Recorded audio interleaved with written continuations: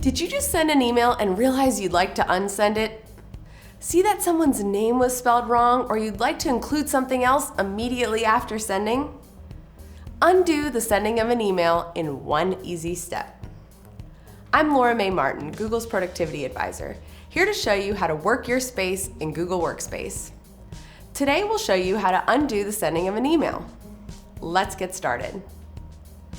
After sending an email in Gmail, you'll see a gray pop-up bar in the bottom left-hand corner. From there, you have the option to click Undo Send, which will unsend the email and put it back in draft form. In the Gmail settings under the General tab, you have the option to extend the undo send period up to 30 seconds. So there you have it. Undo the sending of an email in one easy step. If you have any specific questions about this tip, leave them in the YouTube comments below. Looking for more tips just like this? Follow Google Workspace on Twitter, Facebook, LinkedIn, Instagram, and YouTube.